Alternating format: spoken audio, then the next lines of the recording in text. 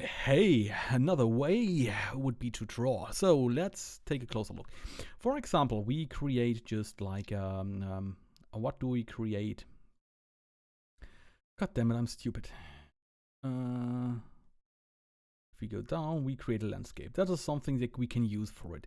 So we create an UV map from it. And I would say from view, this is more than enough. And yeah, I think you can also go and UV. Where is it? So, okay. And now we have this nice, wonderful UV mesh, right? And this is what we can use. So we can just go to texture paint and we can create a new one. You can just say here a new one. I will say, yeah, this is our mix factor and say okay.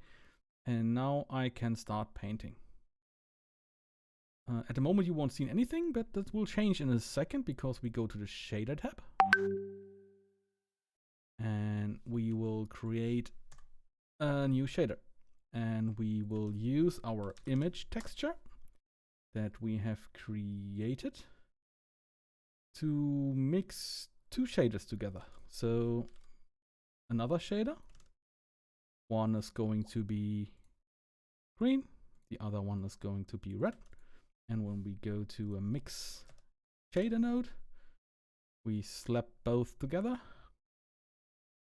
Wait, slap both together according to our picture here. And we have this wonderful, wonderful, incredible picture with this rather nice texture. And now you can go back and you can even go and paint directly here because now it's like, I think bound, but I don't exactly know. And you have this nice and smooth edges that you can use. And yeah, it just depends on your resolution here that you have created beforehand, what you really want. And then you can also, don't forget to save it, that is important. And you can also edit it in another software just like you want.